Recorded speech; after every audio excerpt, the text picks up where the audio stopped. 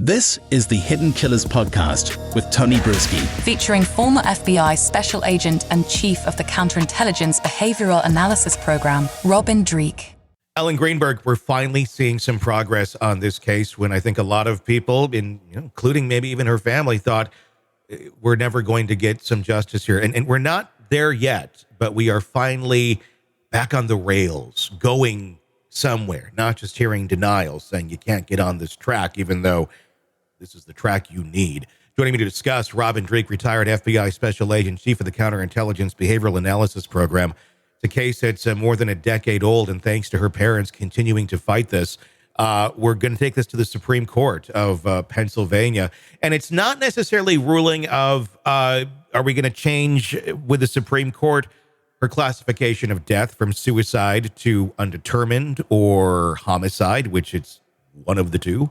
Very likely homicide, considering I don't believe in Pennsylvania anyone has the power to come back from the dead and stab themselves repeatedly. Be pretty amazing if they did, but I don't think they're in The Walking Dead over there yet. We're going to go to the Supreme Court, and they're going to see if family members can challenge the coroner's ruling beyond the initial ruling. It doesn't have to be a significant other, because that's where the Greenbergs were stuck for so long. Robin, this could be really kind of monumental, determining this case and where it goes. It'll be thrown back to a lower court to be heard, but there's got to be a lot of cases out there where people have tried to challenge it, and according to the current rules, only certain people are allowed to do that. Yeah, this is one of those cases, Tony, where you look at it and you're like, what the hell? It makes no common sense whatsoever that someone that was stabbed, 20 times? Yeah. 20 times, did it by suicide. And changed knives, and did 10 in the back, 10 in the front, post-mortem and after she's dead. Because and post-mortem stabbing as well. And it's suicide. So beyond this case, and thank God, the parents are doing what parents do. We fight for our children forever and ever and ever for righteous things. But to me, this underlines a larger problem we're having in the criminal justice system in our country at large. Look at the lack of faith and trust in organizations, institutions that we're getting because of things like this. Mm-hmm. This is a broken system for whatever reason, for whatever profit motive there was or whatever convenience it was. They decided not to rule this a suicide. Mm-hmm. It makes no sense. The only thing, what really, stupidly pops in my mind is going all the way back to the movie Jaws. Mm-hmm. Remember, the coroner originally ruled it was shark attack. Well, it doesn't quite fit what we want coming out here. She died by boat propeller, boat accident. Yep. We're going to change it to boat propeller. What? So it really reminded me of that case of, it's not convenient for the town to say it was a shark attack or a suicide. So we'll say, it's not convenient to say it was a murder. We'll say it's a suicide for whatever reason. Maybe they didn't have the resources to investigate a murder.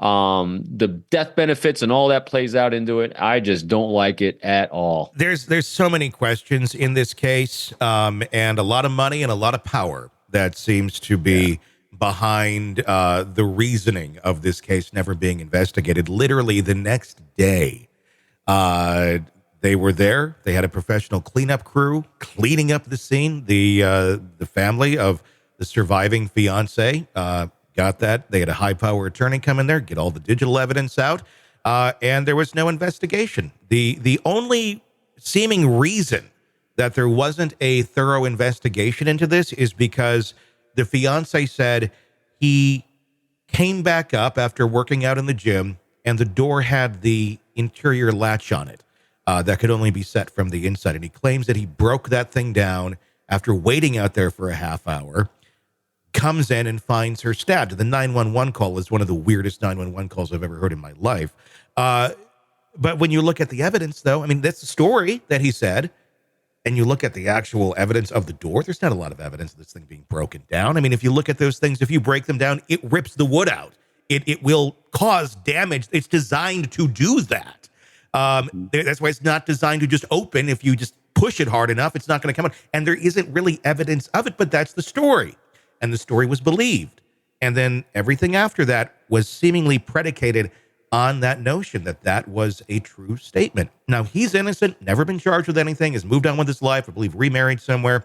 So I'm not saying he's guilty or anything, but what I am saying is, why didn't we investigate this? Why was there no questioning? Obviously, that's the first person you're going to look at. And if it's not him, I would think he'd be the person that might have some information of anybody of who might have done this or who might have some interest in it. But you just say it's a suicide and walk away. There's nobody to question because it's just a suicide. None of it makes any sense at all. Yep. Not one lick of sense at all. I'm with you. Anytime someone says 911 call and murder, my alarm bells go up. Yeah. I worked with people at Quantico that did amazing research studies on 911 calls, and the overwhelming preponderance of the person that calls in the 911 call on a murder, they're involved.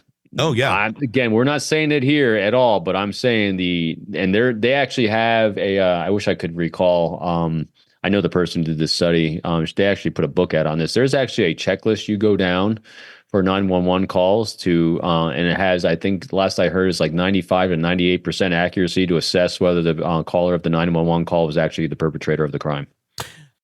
Are you ready to listen to this podcast ad-free? Then hit subscribe to the True Crime Today Premium Plus channel now on Apple Podcasts. You'll instantly have access to all of our episodes labeled Advance Ad-Free. You'll hear the interviews before everyone else and with no interruptions. No interruptions. Subscribe to the True Crime Today Premium Plus channel now on Apple Podcasts. And start binging now.